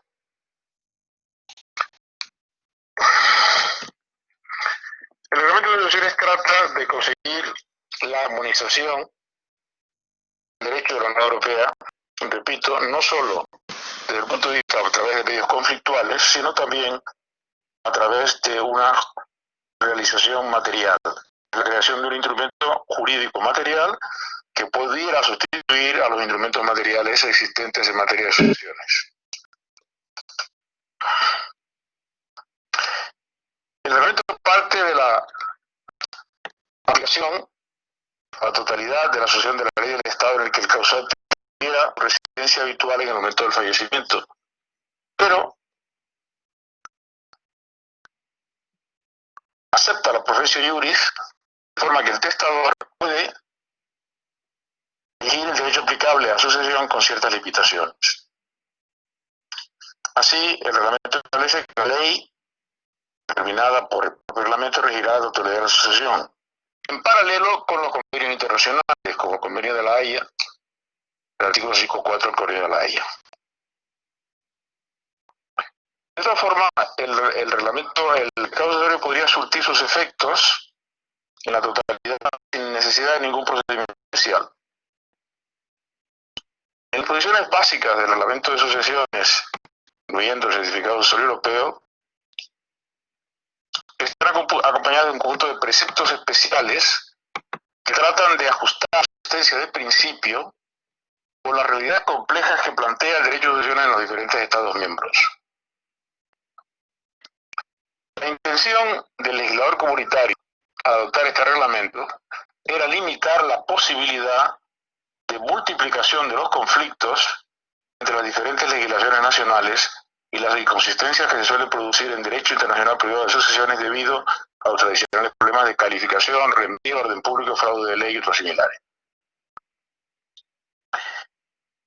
Cuando el Tribunal de Justicia tuvo oportunidad de pronunciarse sobre el Reglamento Europeo de Sucesiones, dio lugar a 5 sentencias Kubiska, Mankopf, Oberle, WB y Brish.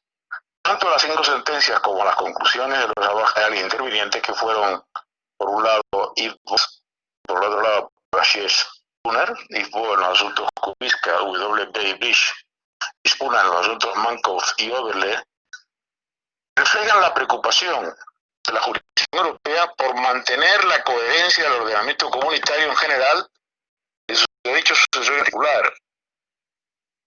Esta preocupación se manifiesta en primer lugar en la afirmación de la validez del certificado sucesorio en supuestos en los que podrían entrar en contradicción con normas sustantivas nacionales.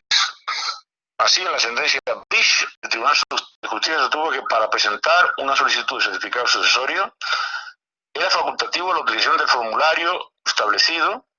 En la sentencia WB se declaró que un certificado de título sucesorio redactado por un notario a solicitud de todas las partes del procedimiento legal constituía un documento público y su expedición podía ir acompañada del formulario contemplado. En definitiva, lo que hace la jurisprudencia del Tribunal de Justicia es tratar de mantener la validez del certificado sucesorio, a pesar de que el texto, diríamos, legal no es tan explícito. La voluntad conciliatoria de la jurisdicción comunitaria tuvo que enfrentar, sin embargo, con la complejidad del procedimiento conflictual propio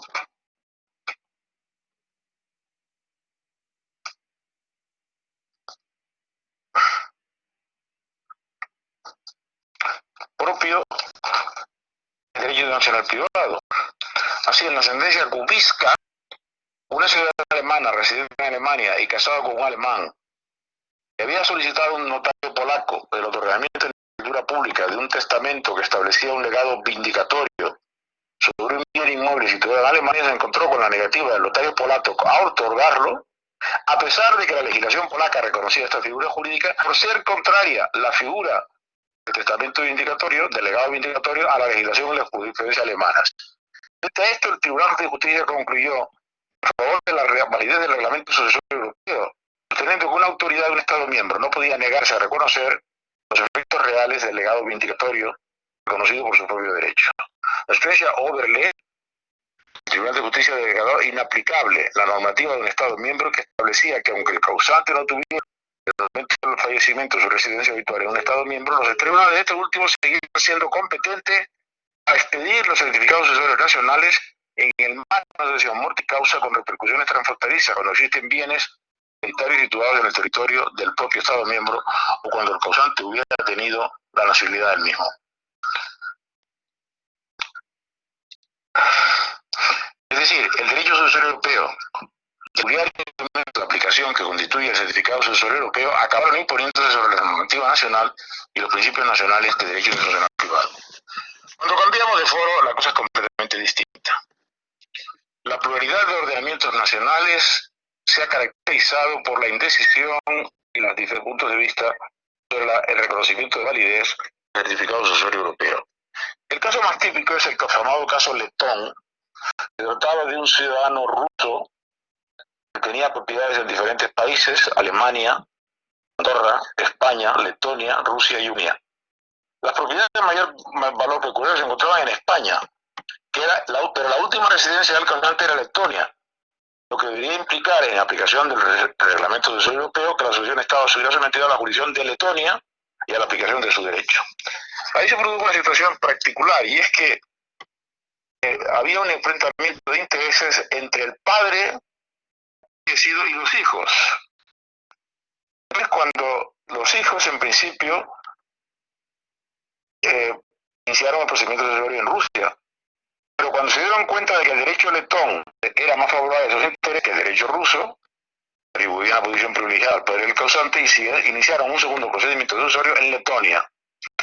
Existía además un convenio de asistencia jurídica entre Rusia y Letonia que afectaría a los derechos sucesorios, por lo que hay que tomar en cuenta las disposiciones del reglamento sucesorio para supuestos en los que haya tipo de acuerdos. Hay que tener en cuenta que el reglamento sucesorio establece que este no afecta a la aplicación de los convenios internacionales en los que sean parte uno o más estados. Al no ser Rusia Estado miembro, no sería aplicable directamente en Rusia, lo que habría que pensar en la aplicación del artículo 11, apartado 1, relativo al foro necessitatis. Pero a la hora de la verdad, se pensó incluso en solicitar un recurso prejudicial al Tribunal de Justicia, pero cuando los herederos se dieron cuenta del problema que se plantearía con todo este jaleo, optaron por un acuerdo y olvidarse de plantear una cuestión prejudicial al Tribunal de Justicia de la Unión.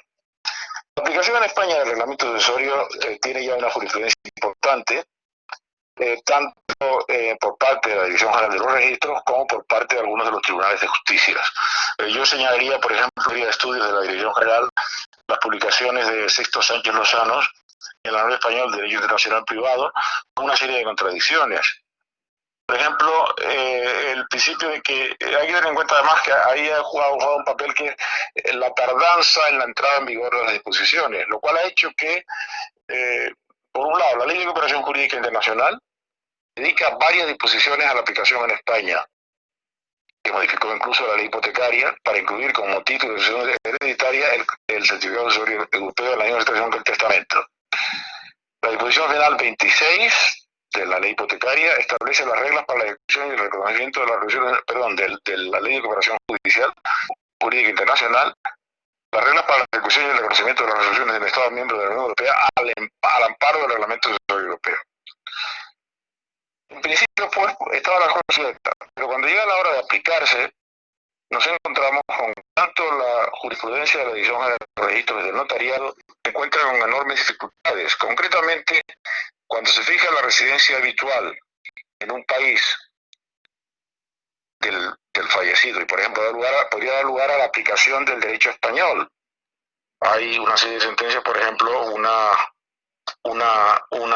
resolución de la Dirección General de los Registros y del Notariado, el recurso interpuesto contra la nota de calificación extendida por el registrador de la propiedad número 4 de Uruguay, que un ciudadano británico fallecido con posterioridad a la entrada del reglamento europeo de sucesiones y que tenía su última residencia en España, país en el que dejaba bienes, aunque al parecer también había dejado bienes en otros estados. Causante que había fallecido después de la aprobación del reglamento de Ciudad, pero antes de la fecha prevista para su aplicación, había entregado testamento mucho antes de la aprobación del reglamento y de conformidad con el derecho inglés de sucesionalidad, había instituido heredera única de todos sus bienes a su esposa, con exclusión de sus hijos. El registro de la propiedad número 4 de Uruguay denegó la inscripción del testamento por haber sido pretendidos sus hijos herederos forzosos según el derecho español. Aquí entramos en la cuestión del carácter de orden público de la institución del heredero forzoso. por otro lado, la aplicación de la profesio juris, y entonces la Dirección General recurrió a la ley presuntiva, que sería la inglesa, por lo que resultaba correcta la asignación como heredera de la viuda y la preterición de los hijos frente a las disposiciones del derecho español que favorecían a los hijos como herederos legitimarios. Yo podría seguir enumerando sentencias, pero tal como estamos en la distancia en la que estamos, sería bastante complicado. En definitiva, la jurisprudencia de la Dirección General de los Registros y de los Tribunales de Justicia muestran una enorme diferencia en la aplicación del reglamento sucesorio europeo por las contradicciones entre lo que es el derecho español, los principios del derecho del reglamento de sucesiones y la aplicación práctica. Tenemos, por ejemplo, la norma sobre la validez del reglamento sucesorio desde el punto de vista y la identificación como documento público español. Así tenemos un testamento otorgado en Holanda y otro posterior en 2017, en el que el interesado manifestaba su traslado a España y su deseo de que se aplicase la ley española de sucesión por motivo de su residencia habitual en España. En 2018 se autorizó la presentación a una notaría de Alicante de una escritura de aceptación y adjudicación de esta herencia, con un apoderado que representaba a todos los hijos y nietos heredados y desheredados, con la peculiaridad de que los padres heredados habían de los hijos herederos. El típico galimatías que produce una aplicación del derecho internacional privado. Manolo, que ya has superado, nos dicen que has superado ya el tiempo. Bueno, simplemente voy a acabar diciendo que el problema que plantea el intento de armonización del derecho europeo por parte del Reglamento Europeo de Sucesiones se encuentra con la enorme dificultad de que cada ordenamiento nacional y los órganos de aplicación lo aplican de manera diferente. De forma que las normas es casi imposible conseguir la armonización a pesar de los esfuerzos hechos por parte del legislador europeo para conseguir esa armonización. Esa sería la conclusión, pero claro, habría que leerlo y en este momento ahora es prácticamente imposible transmitirles a ustedes la complejidad del tema. Muchísimas gracias, Manuel. Ya puedes, si quieres, volver al ordenador. Vale. Muchísimas gracias. Sí. Hasta luego. Hasta luego, hasta luego. Bueno, la complejidad y la complejidad de la comunicación, a mí lo que me hace es recordar al profesor François Ribot cuando decía que el derecho internacional privado era un derecho de la comunicación, era el ius communicationis, ¿no? Aquí lo hemos visto que lo importante es comunicar y creo que lo hemos conseguido en unas condiciones aceptables en este contexto.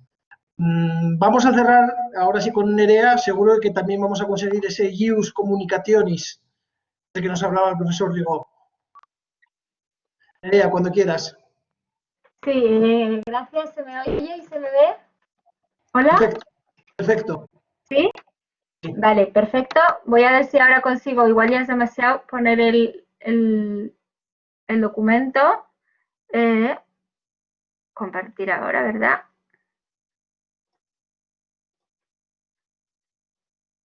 Vale. Bueno, simplemente, realmente no es muy necesario porque simplemente les aporto una serie de artículos relacionados con mi comunicación, pero que creo que pueden ser ilustrativos para todos.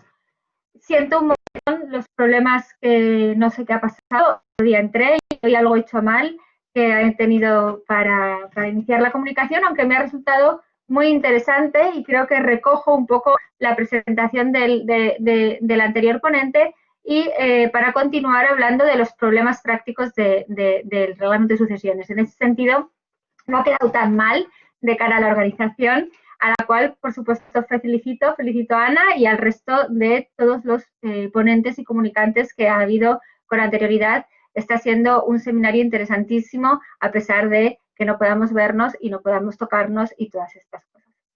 Bueno, en comunicación voy a hablar de la ley aplicable a las disposiciones testamentarias en el Reglamento Europeo de Sucesiones y más concretamente a la ley, de la ley aplicable a la legítima y a la preterición. Por eso digo que viene muy al hilo de lo que decía el anterior ponente. Y con el objetivo un poco de ver los problemas que tiene en su aplicación práctica. Bien, las normas de conflicto del Reglamento Europeo de Sucesiones reflejan intereses específicos que van a ser más o menos acordes con las leyes conflictuales y sustantivas de los ordenamientos autónomos coexistentes a nivel europeo. El legislador europeo, durante el proceso de elaboración del reglamento, al establecer la ley aplicable a las sucesiones testamentarias, ha ido tomando partido y apostando por soluciones que, como hemos visto a lo largo del trabajo, van a mostrar una orientación material que va a predeterminar la mayor o menor libertad del disponer del causante en las sucesiones internacionales. En primer lugar, me gustaría destacar que el reglamento, como ya sabemos, ha optado por la unidad en la ley aplicable a la sucesión, dirigida a evitar un fraccionamiento de la sucesión en tantas leyes como lugares puedan estar situados los bienes del causante, que constituye una primera apuesta a favor de la seguridad jurídica y de la previsibilidad en la sucesión. En segundo lugar, quiero destacar que ha introducido la ley sucesoria anticipada del artículo 24, como ven en pantalla, como ley aplicable a la admisibilidad y validez de las disposiciones testamentarias, porque también se manifiesta como una segunda opción a favor de esta previsibilidad y de esta seguridad, en tanto, mediante esta introducción, refuerza la seguridad jurídica, dando la validez del testamento, aun cuando sea otra la ley que se ocupa de regular la sucesión. A pesar de esto, y de que mi punto de partida es que en principio pues, la seguridad jurídica y la previsibilidad se manifiestan como principios inherentes o que subyacen al propio reglamento, luego posteriormente el legislador europeo opta por someter la legítima y otras restricciones a la libertad de testar, a ver que las tengo aquí, a la ley sucesoria del artículo 21 y desarrollada en el artículo 23.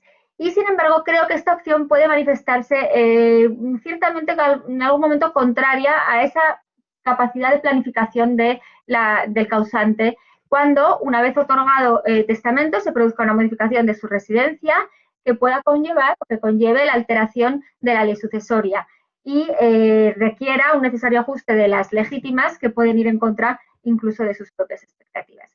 Bueno, en el supuesto de que la legítima de la ley sucesoria difiera de la legítima de la ley sucesoria anticipada, el reglamento, al apostar por integrar la legítima bajo el imperio de la ley de la sucesión, parece mostrarse favorable a los sistemas legitimarios más amplios y a un ajuste legitimario que se realizará siempre en detrimento de esa libre disposición del causante y que, por tanto, va a disminuir en principio esas expectativas o esa capacidad de planear la sucesión.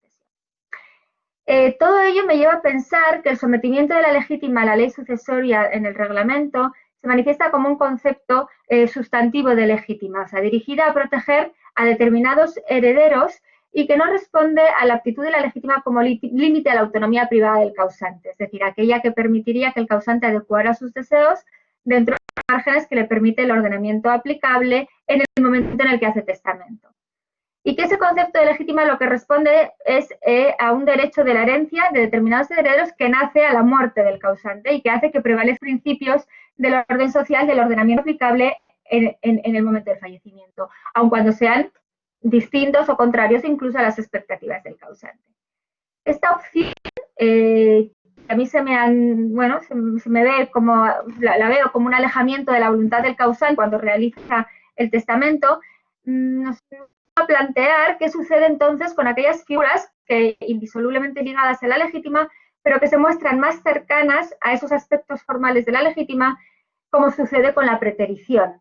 Y en tanto, pues si deberían integrarse en este artículo 23H o si cabría la posibilidad quizás de incluirlos en el ámbito de la ley sucesoria anticipada.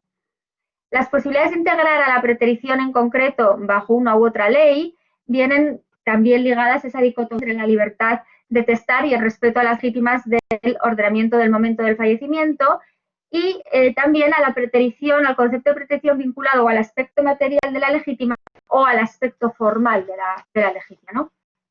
Bueno, todos sabemos que la preterición es la omisión de un legitimario en el testamento. El problema deriva de que, sobre todo, de la diversidad de cómo se trata esta figura en los distintos ordenamientos civiles europeos. Por ejemplo, en el Código Civil Español se distingue entre la preterición intencional y la preterición errónea, y la diferencia entre ambos tipos de preterición se extrae de la voluntad del testador de omitir al heredero en el instante en el que realiza el testamento. Así que depende de que si la omisión se hace de manera voluntaria o de manera involuntaria. Y en función de ello, el Código Civil diferencia ambos tipos de preterición y también la manera de hacer frente a los efectos. En caso de que concurra la preterición intencional, como dice nuestro 814 del Código Civil, se establece que se van a salvaguardar las legítimas estrictas de los herederos y, sin embargo, en el caso de que se dé una preterición errónea, el Código Civil va más lejos y dice que se podría sobrellevar a la anulación de las disposiciones testamentarias de carácter patrimonial. ¿Sí? Entonces, el hecho de que la falta de declaración de voluntad del causante en el caso de preterición errónea comporte la apertura de la sucesión a intestato nos lleva a diferenciar ambos tipos de preterición y a desligar la preterición errónea de la legítima, acercándola más a esos límites de carácter formal. Las diferencias en cuanto a su naturaleza jurídica y sus efectos en función del Código Civil nos han llevado a plantearnos la viabilidad de considerarlos de manera separada, también en el momento de prever si van a quedar subsumidas dentro del ámbito de aplicación de la ley sucesoria o dentro de la ley sucesoria anticipada. Así, mientras la protección intencional, en tanto figura protectora a la legítima, puede quedar integrada en el ámbito de la ley sucesoria conforme a los planteamientos que hemos visto anteriormente en el reglamento, la preterición errónea podría igual tener mejor cabida en el ámbito de aplicación de la ley sucesoria anticipada, orientada a garantizar la validez del testamento. Ahora bien, estas valoraciones, en todo caso, están basadas en la naturaleza jurídica de la figura de la preterición conforme al ordenamiento jurídico español, porque la diferencia entre ambos tipos de pretericiones apenas aparece en casi ningún otro ordenamiento jurídico europeo. De tal manera que se pueden dar pie o puede dar lugar a problemas de calificación. Cuando señalada por la ley aplicable, una vez señalada la ley aplicable, pudiera quedar encuadrada la categoría en una normativa distinta de la ley que tuvo en función de la ley del foro. En este sentido, y ya con esto concluyo, la naturaleza jurídica de esta figura, conforme a la lex causa de la ley del foro, creo que nos llevaría a soluciones encontradas y que, por tanto, debemos apostar por una calificación autónoma que venga de mano del legislador europeo y que también o del Tribunal de Justicia de la Unión Europea. Muchas gracias por su atención. Con esto termino y quedo a disposición por cualquier pregunta que me requieran. Gracias. Muchísimas gracias, Nerea. Muchísimas gracias a todos por ceñirse al tiempo establecido. Creo que ha sido una sesión pues, con un recorrido por normas de derecho patrimonial de cesión de créditos, de desplazamiento temporal de trabajadores para llegar a sucesiones, también tiene algo de patrimonial, y pasando por crisis matrimoniales y protección de menores, ¿no? Y todo ello a partir de una ponencia inicial de construcción, como decía el profesor Fernández Rozas, no exegética, sino de construcción de lo que es una autoridad a nivel de la Unión Europea. Bueno, entiendo que hay un rápido turno de debates, estamos fuera de tiempo, pero entiendo, salvo que me corrija Ana, que podríamos atender alguna pregunta. Estamos en tiempo, así que no te preocupes. Perfecto. Bien por el chat, bien levantando la mano, como prefieran. Santiago Álvarez, de la Universidad de Santiago de Compostela, lo digo porque él mismo dijo que había que identificarse, pero porque hay personas que no es necesario identificar, tiene la palabra. Muchas gracias, Ángel. A ver, yo cojo la palabra tomo la palabra para comentarle algo a Nerea, pero fundamentalmente la tomo para pedir disculpas porque se me ha hecho ver que durante toda mi moderación he estado en pantalla. La verdad es que no debía asistir a esa lección y siento que todos los intervinientes me hayan estado viendo continuamente y que haya compartido pantalla con el ponente y los comunicantes. De verdad que lo siento. Y afortunadamente la persona que me ha advertido me ha dicho también que nunca llegué a meter el dedo en la nariz ni nada por el estilo. Pido disculpas por ello. Y a Nerea tan solo le diría que en su exposición, bueno, es una opción, pero pienso que debería poner un poco el énfasis en el artículo 26, ¿vale? Es como si lo hubieses olvidado. O sea, es una construcción teórica, es una construcción dogmática a partir de una solución que es la solución del Código Civil. No sé si es exportable o no es exportable. Como ella sabe, yo en algún momento me he manifestado en contra de que sea la ley sucesoria la que rija a las legítimas, pero no solamente en el reglamento, sino ya en la versión del bueno, en la regla del artículo 9.8, pero en el reglamento no sé si es totalmente exportable esa posición. ¿Por qué? Porque la ley sucesoria anticipada tiene unos contenidos que vienen fijados en el artículo 26. Entonces, yo en el análisis que has hecho, echo de menos, si tú quieres en determinados supuestos llevar la idea de preterición a la ley sucesoria anticipada, tendrías que meterlo en alguna de esas cuestiones que se dice ahí. Y nada más, pido disculpas de nuevo por no haber sabido utilizar correctamente esta plataforma y no haber desaparecido de la pantalla cuando he estado moderando. Muchas gracias. Gracias, querido Santiago. Nerea. Pues sí, ¿contesto ahora o esperamos? Yo creo que ¿Puedo puedes contestar? Sí. Pues muchísimas gracias, Ángel. Muchísimas gracias, Santiago, por tus aportaciones, que son siempre tan interesantes. Quizás en la presentación he obviado un poco más que en el trabajo escrito el tema del 26. Mi idea realmente está en que, como no está incluido, que si se puede extraer del artículo 24, realmente de la determinación del ámbito de aplicación del 21, o sea, si luego el 24 se puede interpretar de una manera amplia, en tanto no está la preterición directamente mencionada en el 23, y si el 24 se podría hacer una interpretación amplia que podría cubrir todo aquello que no está en el 23, ¿sí? Y entonces quedaría en efecto el artículo 26, que es el que está esclareciendo cuál es el ámbito de aplicación del 24, ¿no? Entonces, en el 26 hay un apartadito que habla de la validez del testamento en función de, ahora no lo tengo delante, pero de posibles, de ausencia de formas ligadas a la voluntad del causante. Entonces, creo que en cierto modo, si la preterición errónea está vinculada a los aspectos formales de esa voluntad, podría caber incluso en ese 26, teniendo en cuenta que puede ser calificado como pues, una ausencia de voluntad desde el momento en que no conocía al legitimario en el momento en el que se ha producido esa preterición, o sea, una ausencia de esa voluntad. Sí. Muchísimas gracias, de todas maneras, por permitirme contestar. Gracias. Gracias, Nerea. ¿Más observaciones, sugerencias, comentarios, dudas? Ya sea a través del chat, ya sea a través de la herramienta levantar la mano. Ángeles Lara Aguado tiene la palabra. Ángeles, cuando quieras. Sí, buenas tardes de nuevo. Otra vez quería felicitar de nuevo a los ponentes y a todos los comunicantes por las magníficas intervenciones.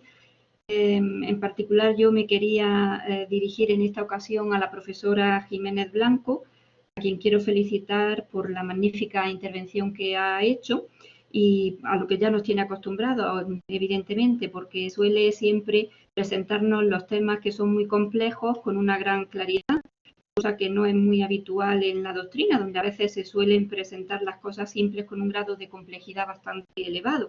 Así que es de agradecer que introduzca ese elemento de claridad dentro de la complejidad. Lo que le quería preguntar para ver si lo he entendido bien es si la afirmación que ella hace de que los notarios, cuando piden los certificados sucesorios nacionales, no actúan como órganos jurisdiccionales, si esa afirmación se refiere solamente a los casos ya resueltos por el Tribunal de Justicia, o si extiende esa misma afirmación también a las declaraciones de herederos de los notarios españoles. Si es lo primero, pues yo estoy totalmente de acuerdo con ella.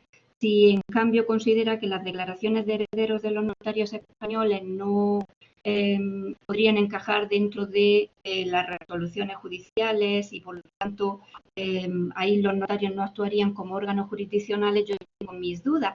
Es verdad que es un tema bastante polémico, pero lo cierto es que en el caso de las declaraciones de herederos de los notarios españoles, que actúan de una manera diferente a como lo hacen los notarios polacos y como lo hacen los notarios lituanos, pues sí que hay un cierto margen para que los notarios puedan actuar con cierta resolutoria. Es verdad que es mínima, pero sí que la tiene, porque el artículo 56.2 de la ley del notariado, creo recordar que es el párrafo quinto, pues permite a los interesados oponerse a la pretensión del requirente y presentar alegaciones o aportar documentos u otros elementos que a su juicio consideren conveniente, y por lo tanto están dejando la puerta abierta a la existencia en ese expediente de posiciones enfrentadas. Y el notario, pues a la vista de lo que aporten las diferentes partes, puede tomar una cierta posición resolutoria, porque puede considerar que están suficientemente acreditados la notoriedad de esos hechos que alegan las partes y tomar partido por una posición o por otra, en el sentido de que si una de las partes que se opone a la declaración de herederos alega a lo mejor que la residencia del causante no estaba en España, la última residencia habitual, o que la vecindad civil del causante era una u otra, pues puede considerar que está suficientemente acreditado ese hecho que alega una de las partes y por lo tanto decir que la ley aplicable a la sucesión es una u otra. Es verdad que esa posibilidad de resolución es muy, muy limitada, porque en caso de que las dos posiciones de las partes sean muy enfrentadas y que no tenga capacidad el notario de decidir o de tomar una posición, una opción o tomar un partido por una de las partes o por la otra, si no tiene esa posibilidad de tomar ese partido, pues tiene que remitir a las partes en todo caso a la vía jurisdiccional y que se convierta la sucesión en contenciosa, pero en definitiva, si no se encuentra uno en esa situación y por lo tanto el notario sí tiene posibilidad para decidir que considera notorios los hechos alegados por las partes, pues ahí sí que tiene esa posibilidad de resolución, cosa que no existe en el caso de los notarios polacos o los notarios lituanos, donde todo el proceso no es para nada, no puede haber controversia porque ni oposición, porque las partes tienen que estar de acuerdo y tienen que haber dado su conformidad. Es verdad también que a lo mejor esa posición de considerar estas declaraciones de herederos de los notarios españoles como resoluciones, que sería la conclusión a la que se llegaría, y el considerar que están vinculados por las normas de competencia del reglamento sobre sucesiones, pues pueden tener unos efectos a lo mejor no deseados, en la medida en que al extenderse la Unión Europea a otros países, pues quizás no todos los notarios de todos los países de la Unión Europea presentan las mismas garantías que los notarios españoles o alemanes o franceses o los de otros países, y por lo tanto llegaríamos a un nivel en esas declaraciones de herederos, pues gozarían de una libertad de circulación que quizás no sería deseable, pero en principio esa posibilidad de tener esa capacidad resolutoria de los notarios españoles, aunque sea muy, muy limitada, sí que haría que la solución dada por el Tribunal de Justicia en el caso W, por ejemplo, o en el caso de los notarios lituanos, pues no fue sensible a los notarios españoles. Quisiera pues saber su opinión. Muchas gracias. Vale. Profesora Jiménez Blanco, cuando quiera. A ver. Perdón, es que estoy intentando, estaba intentando compartir el vídeo. También, bueno, muchas gracias, Ángeles, por tus palabras. Y la pregunta que me haces, la pregunta que me haces es muy difícil porque realmente todo el tema de los certificados sucesorios, como intenté comentar antes, en la propia jurisprudencia del Tribunal de Justicia sigue sin estar resuelto, en los casos en los que ya se ha planteado con los notarios croatas o con los notarios lituanos. Parece que hay una idea que sí se venía definiendo en el sentido de entender que no cumplen la característica de resolución judicial, en el sentido de que no había una actividad decisora. Pero es cierto que al final todo es una cuestión de grado y tú, nos has expuesto que además, conoces muy bien el procedimiento de la declaración de herederos española, que puede haber un cierto margen de decisión en el notario a la hora de decidir, valga la redundancia, si otorga o no esa declaración de herederos. Yo tengo mis dudas, es decir, no puedo decirte ni blanco ni negro, la verdad es que aquí sí que tengo dudas, que esa capacidad decisora que tiene en ese caso realmente llegue a tener la entidad de convertir la declaración de herederos en una resolución. judicial, con todas las consecuencias que eso implica desde el punto de vista del reglamento. ¿Por qué? Porque al final las dudas que puede tener el notario a la hora de determinar si lo otorga o no la declaración de herederos se refiere a una cuestión, creo, de entender si entiende o no que están acreditados de manera suficientes los hechos que se le están poniendo de relieve.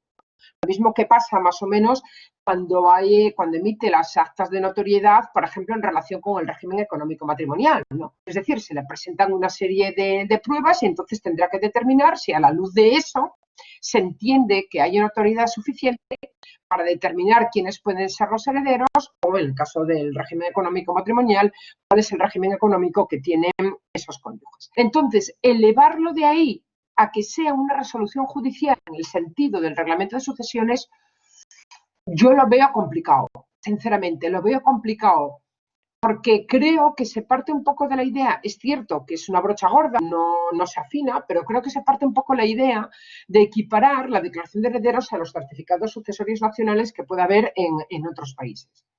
Luego, desde el punto de vista de la propia evolución normativa española, creo que abundaría en esta idea, es decir, la idea de no considerarlo una resolución judicial, la evolución que tuvo la declaración de herederos en nuestro sistema. De acuerdo con el derecho anterior, la declaración de herederos la podía emitir a veces el juez o a veces el notario. Y precisamente se desjudicializó en la reforma, ya no recuerdo en qué año, se desjudicializó la declaración de herederos por entender que en ningún caso tenía un carácter de función jurisdiccional y que por lo tanto podían asumirlo sin ningún problema los notarios en España. Entonces, sumando un poco todos estos elementos, yo te digo, sin ser tajante, a pesar de que mi tono de voz lo suele cuando hablo, sin ser tajante, yo me inclinaría por entender que no son una resolución judicial. Y que por lo tanto no tiene el tratamiento como tal en el reglamento y que por lo tanto los notarios españoles, cuando otorgan estas declaraciones de herederos, no estarían vinculadas por las reglas de competencia del reglamento. Pero bueno, también digo que sé que no es una opción o opinión compartida totalmente en nuestra doctrina. Pero bueno, esa sería un poco la explicación que te diría a tu cuestión. Muchas gracias, Pilar. No sé si hay una última pregunta ya muy breve o un comentario breve, y si no, devuelvo la palabra a la profesora Ana Fernández para que nos dé instrucciones y recordatorios para mañana. ¿Alguna otra cuestión? Gracias, Pilar. Nos comenta Ángeles Lara.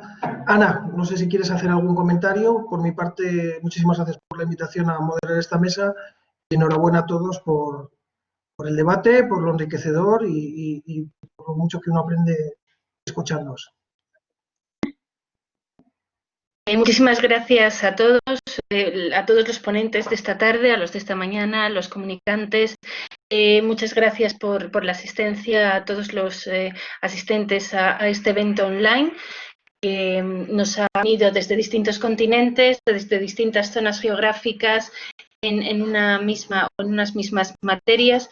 Y simplemente, bueno, decirles que agradezco a todos la participación de hoy. Hemos conseguido que se pudieran dar todas las ponencias y todas las comunicaciones, y además en tiempo hemos conseguido mantener los tiempos, con lo cual la verdad que ha sido todo un éxito en ese sentido. El nivel de los ponentes y los comunicantes también ha sido muy bueno, con lo cual estamos desde la organización muy contentos con todo esto. Mañana tendremos 2 sesiones.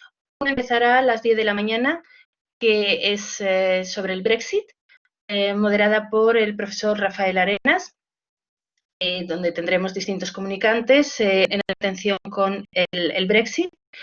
Y la segunda sesión tendrá lugar a las 4 de la tarde, en atención a que vamos a hablar del derecho internacional privado, las nuevas tendencias en América Latina.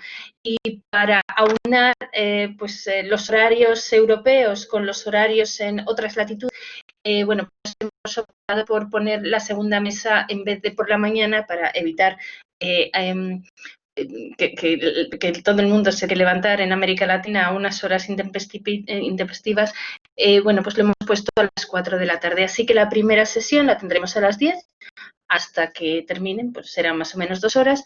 Y la siguiente la tendremos a las 4 de la tarde. El enlace es el mismo que tienen desde el que han accedido hoy. Y por lo tanto, bueno, pues espero que mañana volverles a escuchar o a ver todo y que se anime quizá un poco más el debate, que enriquece mucho estos foros. Muchísimas gracias, Ángel, por tu moderación en esta mesa. Muchísimas gracias a Santiago por la moderación de la anterior mesa. No sé si alguno de ustedes quiere decir algunas últimas palabras por hoy. Nada, mandar un fuerte abrazo a todos y que mañana continuamos. Muy bien. No, decía Sí, que Santiago. por mi parte, reiterar las disculpas. Es que cuando me lo han advertido después de haber terminado, me he avergonzado un poquito. Pero no, Santiago, muchas veces los moderadores se quedan. Si estuviéramos en presencial, te estaríamos viendo todo el tiempo. O sea, yo lo considero normal. Y además el ponente, yo lo veo normal. Yo esta mañana estuve presente en toda la sesión, así que... Yo creo que el moderador debe estar presente en voz o en imagen. Yo estuve también y no me tengo por qué disculpar, así que no pasa nada. Gracias. Sois unos amigos, gracias. No, además es que con tu cara a veces se veía si se estaban pasando el tiempo, es decir, que el ponente y el comunicante podía comprobar si se había pasado de tiempo o no. Además,